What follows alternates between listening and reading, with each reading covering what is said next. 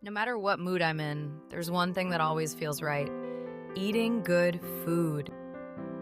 Feeling low? Yep, that's when I really crave something tasty.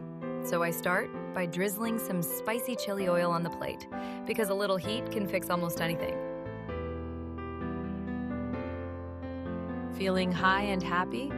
Then it's all about layering those noodles, smooth and easy, just like my mood.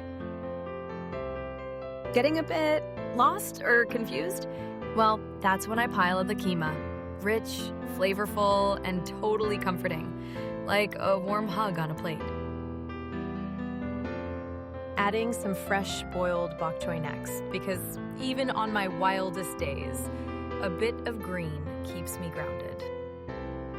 Oh, but wait, more chili oil, because life's too short for bland moments, right? Then a sprinkle of spring onions and cilantro, the little things that make all the difference, just like a good laugh or a surprising twist in the day. Mix it all up, take a deep breath, and enjoy. And of course, there's always a cold soda waiting to celebrate with me.